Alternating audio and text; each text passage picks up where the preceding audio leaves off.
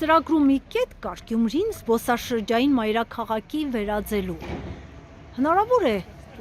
դա իրագործել։ Իհարկե զբոսաշրջությունը Գյումրիում քիչ թե շատ զարգանում է ու շատ ծրագրերում է դա ներառված, ամեն դեպքում նկատի ունենալով, որ կան պատմաճարտարապետական կառույցներ, որոնք փլուզման եզրին է։ Շնորհակալություն, տեսեք, նշում եք պատմաճարտարապետական հուշարձաններ, որոնք համախտար վիճակում են գտնվում, իրոք շատ կան, դրանցից մեկի դիմաց հիմա մենք գտնվում ենք, բայց փառք Աստծո, սա ամենալավ, համեմատաբար լավ պահպանված է, Կարանյանների առանձնատունն է։ Ես կանրադառնամ իհարկե Կարանյանների առանձնատանը, այնտեղ գրված է, 1913 թվական, չէ, 1906 թվական, այնտեղ նշված է։ Տեսեք, Մայր Հայաստան դաշինքը ներկայացրել է Գյումրու պատմաճարտարապետական հուշարձանների պահպանման ֆունդամենտալ ծրագիր, որով մենք հիմնավոր լուծում ենք առաջարկում։ Այս շենքերը ամբողջությամբ մասնավոր են, բայց իրենք հուշարձան են։ Մարդ կա չի կարողանում ուղղակի աշխատանքներ կատարել այս շենքերի վրա, նախ գումարի բացակայության պատճառով, հետո նաև խնդիր կա ճարտարապետական թույլտվության, էսկիզներ եւ այլն եւ այլն։ Եվ քաղաքացին ոչ միայն ընկնում է բյուրոկրատական քաշքշուկների մեջ, նաև ֆինանսական ծախսերի մեջ է ընկնում։ Եթե ինքը իրենից ինչ որ աշխատանք կատարի, այդ դեպքում արդեն դատախազությունն է հայտնում, քրեական գործ են հարուցում։ Այդ պատճառով մենք ասում ենք հետեւյալը. մասնավորի ու համայնքապետարանի համագործակցությամբ, այսինքն համայնքապետարանը ենթադրենք վնասվել է, ենթադրենք ֆասադը վնասվել է, չէ՞։ Քաղաքացին այստեղ աշխատանքներ կատարելու համար պետք է հատուկ թույլտվություն ունենա։ Տեսեք, ես ասենք քարը մաշվել է, այստեղ կտոր է կտրվել, այն կողմից նույնը, ու ինչ պետք է անի, ինքը պետք է դիմի քաղաքապետարան, այդ քաղաքապետարանը ասի մի հատ էսկիզ պատրաստի, թույլտվություն մշակույթի նախարարություն մի 6 ամիս անցնում է, հսկայական գումարներ, հարցը թույլ կտան թե չեն տա, թույլ տալուց հետո էլ ով է անելու այս հուշարձանների վրա աշխատանքը, պարզ չի։ Մենք առաջարկում ենք արհեստանոց ստեղծել, ճարտարապետական, որտեղ քարտաշ, ճարտարապետ, ինժեներ, համայնքապատկան ունեցել ենք Լենինականի շրջանում, ու այդ մարդիկ, եթե խնդիր կա ֆասադի հետ է, քարի հետ է, կտուրի հետ է, քաղաքապետարանը այդ ծախսերի մեծ մասը, ասենք մինչև 70% կարող է իր վրա վերցնել ճարտարապետի հետ կապված, քարտաշի հետ կապված, նյութերի հետ կապված, ասենք այս քարը ինչ որ տեղից գտնել բերելը քաղաքացու համար խնդրեմ է, որովհետև ենթադրենք այս հանքի քարը վերջացել է։ Հետևաբար այդ գույների ճշգրտումը, դիզայն, նկարչական ինչ որ խնդիրներ կան, չէ՞, այդտեղ ճարտարապետական, այդ ամբողջը համայնքապետարանը անում է, պետք է անի, ու քաղաքացին որոշակի փոքր ծախսերով լուծում է իր տան խնդիրը, իսկ համայնքն էլ լուծում է պատմաճարտարապետական արժեքը պահպանելու խնդիրը։ Իսկ ինչու ենք մենք շահագրգռված ոչ միայն որ սա մեր նախնիների ժառանգությունն է, որ կարողանանք պահպանենք, փոխանցենք մեր սենյակներին, նաև սա տուրիստական գրավչություն է ապահովում։ Գյումրի ինչի են գալիս առաջերտին, գալիս են այս շենքերը տեսնելու համար, չէ՞։ Գալիս են պատմությանը առնչվելու համար, գալիս են մեր նախնիների թողած ժառանգությունը տեսնելու համար։ Ես կոպիտ բան ասեմ, մենք ըստ էության տուրիստին ծախում ենք Ալեքսանդրապոլը, Ալեքսանդրապոլի ժառանգությունը։ Դա քաղաքին ու քաղաքացուն եկամուտ է բերում։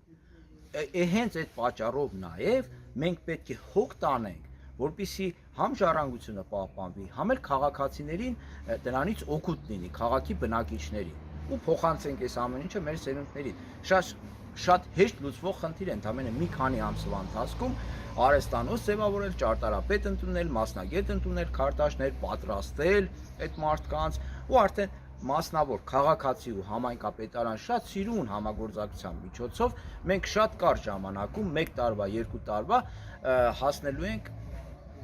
հուշարձանների պահպանման բավականին զգալի մակարդակի։ Ես ուրիշ բան ասեմ, այստեղ որ թեքեք,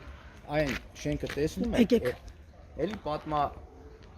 ճարտարապետական հուշարձան է շենքը, այս հետևի շենքը,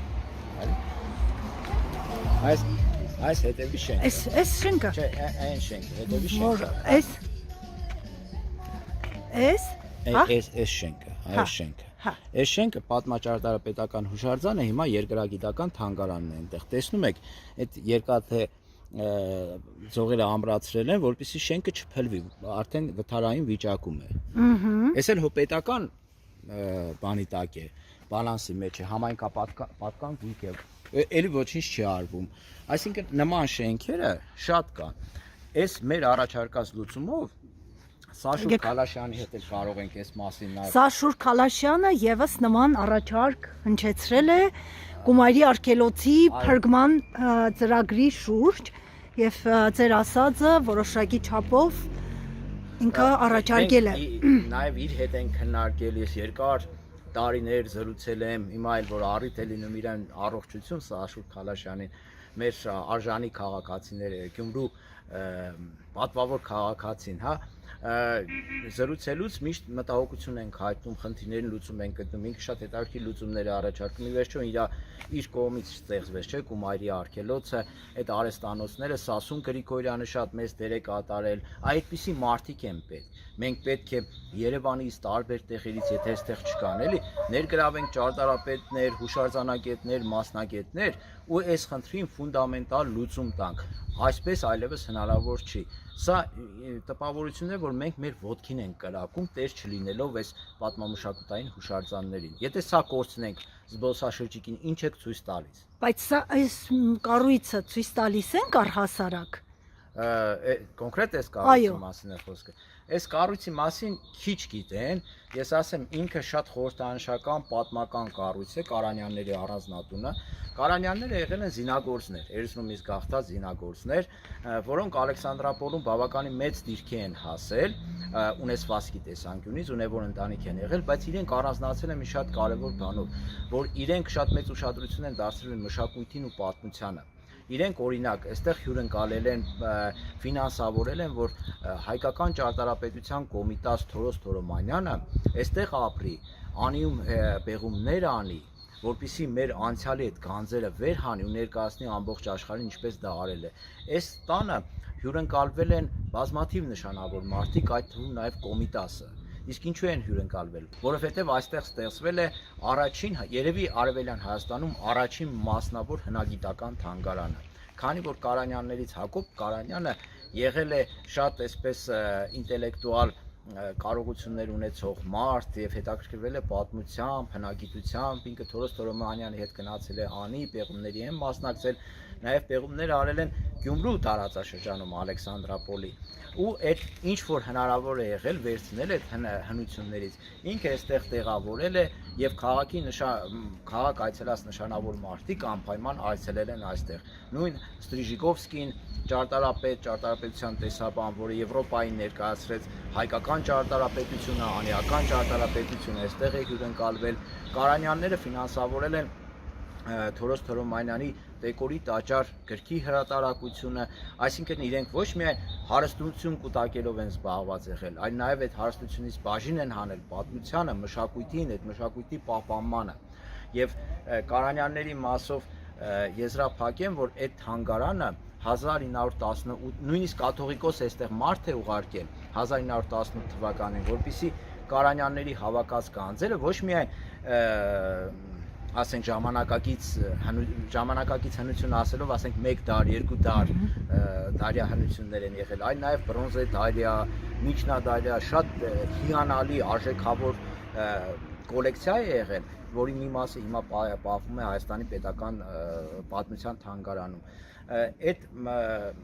որպեսզի պահպանեն 18 թվականին այդ ամեն ինչը, որովհետև թուրքերը արդեն հարձակվում էին, խնդիր կար, նույնիսկ 16 թվականին 1900 Կարանյանները դիմում են Ալեքսանդրապոլի քաղաքապետարան, թե խնդրին լուծում տանք։ Ինչ անենք այս գանձերը, որ հավաքել են քնագիտական, ժողով են գումարում, կաթողիկոսը մարդ է ուղարկում, ասում են տանենք Էջմիածին, Թիֆլիսից են մարդ ուղարկում, ասում են տանենք Թիֆլիս, մերժում է բոլորին։ Ասում է, չէ, Գյումրիում հավաքված գանձերը պետք է պահպանվեն Գյումրիում, բայց ավաղ 18 թվականին թուրքերը որ մտնում են Ալեքսանդրապոլ, 6 ամիս օկուպացնում են ու թալանում են նաև Կարանյանների թանգարանը։ Հսկայական արժեքավոր իրեր են տանում այստեղից, Եվ դա արտացոլված է Հակոբ Կարանյանի Հովհաննես Թումանյանին գրված նամակում։ Այնտեղ նա ցանկը ներկայացնում է, թե թուրքերը ինչ են տարել իր թանգարանից։ Դրանից հետո արդեն թալանված թանգարանի էքսպոնատները անցնում է կամ վաճառում են էլի Թորոս Թորոմանյանի միջամտությամբ պատմության թանգարանին։ Հիմա Կարանյանների ժառանգները կան, իրենք էլ այդ ամեն ինչը կարող են փաստել։ Եվ ասացիք զինագործությամբ, հա, զինագործությամբ են զինագործներ, կատարել են ռուսական բանակի պատվերները, դրանով են իրենք շատ հայտնի եղել, զենքերի վերանորոգման առումով են իրենք հայտնի եղել։ Այս սա իրենց առանձնատներից մեկն է, բայց իրենք սկզբում հաստատվել են Սլաբոդկա թաղամասում, Ալեքսանդրապոլի ամենահին թաղամասն է։ Այստեղ նաև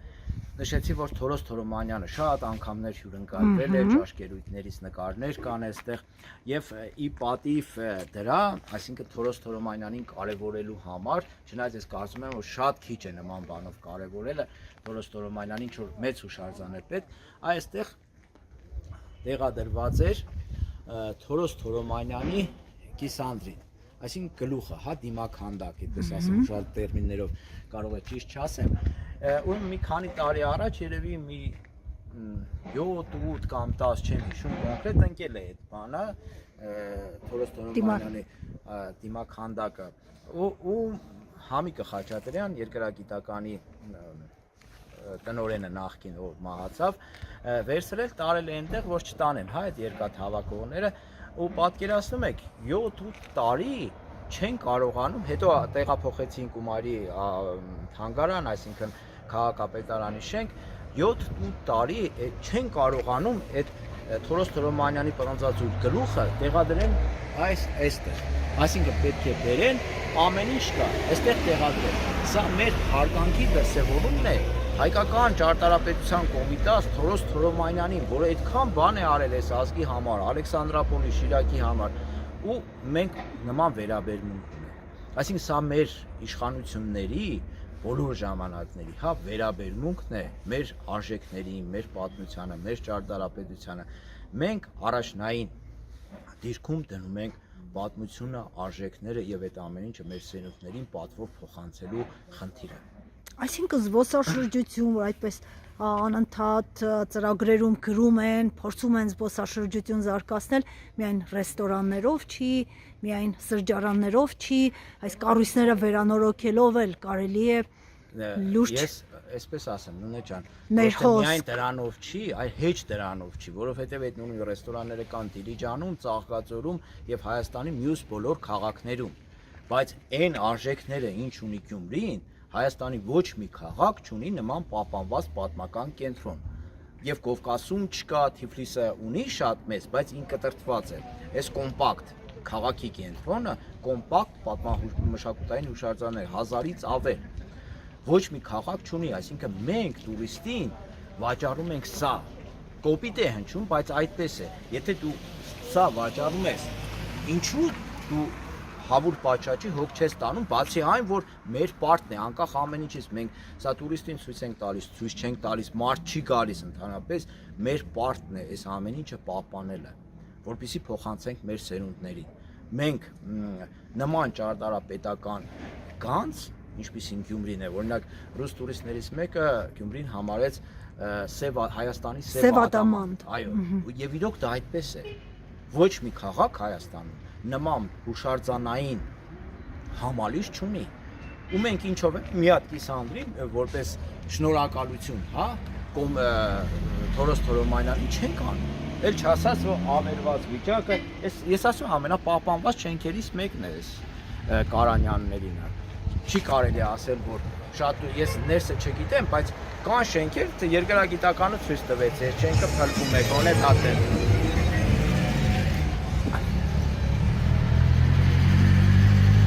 Այնտեղ մի քիչ ներքև օրինակ որ ասում են Գյումրիում ինչպես քայլես, ինչ ուղղությամբ գնաս, մի հատ պատմության ես բանանում, հանդիպում շատ, հա, մի քիչ ներքև Թոքմաջաններից բան առանձնատունն է Թոքմաջաններին գիտեք, հա, երևի շատ-շատերը գյումրեցիներից կճանաչեն, նշանավոր իրենք արհեստավորների տոմ են, պղնձագործներ են եղել, երևի ձուլվածքով են զբաղվել, լավ չեմ հիշում, հետո շատ նշանավոր նկարիչներ են տվել, քանդակագործներ Լևոն Թոքմաջյանը, Հրազդան Թոքմաջյանը, որը շատ լավ ազգագրագետ է, մի խոսքով, ուր թեքվենք, մի հատ պատմություն կա այն կողմում արդեն Ալեքսանդրապոլի առաջին նշանակովի քաղաքապետի տունն է, սա քաղաքամաս երկուսն է, հա, այս թաղամասը սկսել են կառուցել 1870-ական թվականներին, երբ քաղաքը ընդլայնվում է, այնտեղ ունդար չայ կա, այդ չայից հետո պլանը բարձրացնում է, որ այս մասը շարունակեն կառուցել ու կառուցում է այստեղ մալաներն են, հետաքրքիր օրինակ են մի քիչ ներքև Ուռումների մայրերը, այո, Գյուրջիևը այնտեղ է, չէ՞, կարծես թե Ուռումներում ասում են գտել են, բայց Ուռումների թաղամասում Գյուրջիևը նույնն է, Մերկուրովները այդ մասը իրենց թաղամասն է եղել։ Մի խոսքով Գյումրին պատմություն է ինքը իրենով եւ մենք հյուրերին ցույց ենք տալիս այդ պատմությունը, ուրեմն մեր պարտքն է այդ ցույց տալուց բացի նաև սերունդերին փոխանցելու առումով, պահպանելու առումով հոգ տանել այս ամեն ինչի մասին, միայն մասնավորի վրա չդնել, ասել, հա քո տունն է սարքի, այդ մարդը ինչպես սարքի, հսկայական տունը կա, ասենք ժառանգություն ստացել է, ֆինանսական խնդիրներ ունի, մի քար այստեղ տեղաշարժել, ասում են քրեական գործ է։ Դա այդ պատճառով բազմաթիվ քրեական գործեր կան։ Հետ կապված խնդիրներ կա, հա բիզնեսմենը առնում է, իմիջիալոց այդ կադաստրի թղթի մեջ սկզբից չէին գրում, որ սա պատմամշակութային հուշարձան է։ Հիմա մարդուն այս տունը վաճառում են, արկու վաճառքը անում է, գալիս է սկսում է փոփոխություններ անել։ Մեկ էլ դատախազությունը գալիս է, ասում է բարև ձեզ, ձեր վրա արդեն քրեական գործ կա, դուք այս հոդվածով անցնում եք պատմամշակութային հուշարձան վերանորոգելու։ Այդ մարդը ասում է, բայց այս տեղյակ իրոք կարող է տեղյակել չի, էլի որ հուշարձան շենք է։ Հետո լավ է, արդեն վերջին շրջանում 1-2 տարի էլ ավելացնում են, հա, այդ բաները։ Որ պատմամշակութային հուշարձան շենք եք դուք առել եւ պարտավոր եք այս բաները անել։ Այդ առումով դա շատ կարեւոր է նաեւ քաղաքապետարանի աշխատանքի կազմակերպման առումով, որովհետեւ շատ են հանդիպում դեպքեր, որ սեփականատերերը կամ նոր գնելուց հետո սկսում են աղավաղել նույնիսկ գիտենալով, հա։ Եվ քաղաքապետարանը համապատասխան բաժին ունի, շրջայցներ է կազմակերպում, բայց որևէ մեկի լիազորությունը հստակ գրված չի, մասերը գրված չեն, ասենք Պողոս Պողոսյանը պարտավոր է պատասխանատվություն կրել այս հատվածի մասի համար, մյուսը այն հատվածի համար, այդ հստակ պետք է դասակարգել եւ քաղաքային իշխանություն դառնալուց հետո մենք առաջնային զբաղվելու ենք պատմամշակութային արժեքների, հուշարձանների պահպանման գործով, դրա ձևն ու ճանապարհները շատ լավ գիտենք։ Նաև մասնավորի հետ, հա, համագործակցելով, որ նման կառույցները վերանորոգվեն։ Քաղաքապետարանը այն հիմնական մասը վերցնում է իր վրա, մեր ծրագրով։ Այսինքն, բայց այդ կամ բյուջեից։ Չէ, այդ մեծ, տեսեք, մեծ գումարներ պետք չեն։ Չէ, մեծ գումարների մասին չէ խոսքը։ Հիմա են իրենք մեծ գումարներ ներկայացնում։ Տեսեք, եթե այստեղ ինչ որ բան ես ուզում, պատուհաններն ես ուզում փոխել, չգիտեմ, քար է ընկել, այդ քարը պետք է դիմես քաղաքապետարան, այնտեղ մի հատ ցանկ են ուղարկում փաստաթղթերի, պետք է գնաս դիմես ճարտարապետին, այդ ճարտարապետը գծագիրը անում է, այսպես է կազմում է, արդեն գումար է, 200,000, 300,000 դրամ արդեն այդ ամեն ինչը։ Հետո դա ուղարկում է քաղաքապետարանից մարզպետարանից մշակույթի նախարարությունից նույն հետական 6 ամիս գնաց արդեն։ Այդ հետո ասենք համապատասխան վարպետներ են պետք, այս քարի հետ ոչ են կարող ով պատայի աշխատի, վարպետներ են պետք սրա համար։ Քաղաքապետարանը ուներ ճարտարապետ, քարտաշ վարպետ, որոնց հիմնական գործ, ախր մենք ունեցել ենք դա։ Այո, Կումայրի արգելոց, թանգարանի արհեստանոցներ էին դրանք, Սասուն Գրիգորյանն էլ գլխավորում էր այդ ամեն ինչը։ Այն ժամանակ հնարավորությունները շատ էին, մեծ կոլեկտիվ են, հիմա մի 4 հոգի պահեք, համ մարդկանց աշխատատեղով կապահովեք, համ էլ բարի գործ կանեք։ Քաղաքացիներ դրանից կօգտվի։ Նույնիսկ կտորների փոխման հետ կապված, եթե զբոսաշրջային քաղաքի մասին ենք ասում, օրինակ գույները արդեն որոշված են, բայց չոր գույներ կարելի է մշակել, հա, այդ գույնի կտոր։ Ասենք, եթե քաղաքացուն դու պարտադրում ես այդ գույնի, ուրեմն պարտադրանքի հետ էլ պետք է ասես գոնե, ասենք, այդ կտորի 30%-ից ախսը ես իմ վրա եմ վերցնում, որ փոխես այդ ամեն ինչը, սիրուն տեսքի կա, զբոսաշրջիկները կան, հիանան, բան անեն, մի խոսքով փողեր ծախսել այստեղ։ Շատ մարդիկ փողի տեսանկյունից են խոսում, դրա համար եմ այդպես ասում։ Ես փողը ընդհանրապես չեմ կարևորում հուշարձանների այս պահպանության առումով, որ մեզ փող բերի։ Ես ասում եմ, որ անկախ ամեն ինչից փող բերում է, չի բերում, մեր պարտն է ամեն ինչը պահպանելը։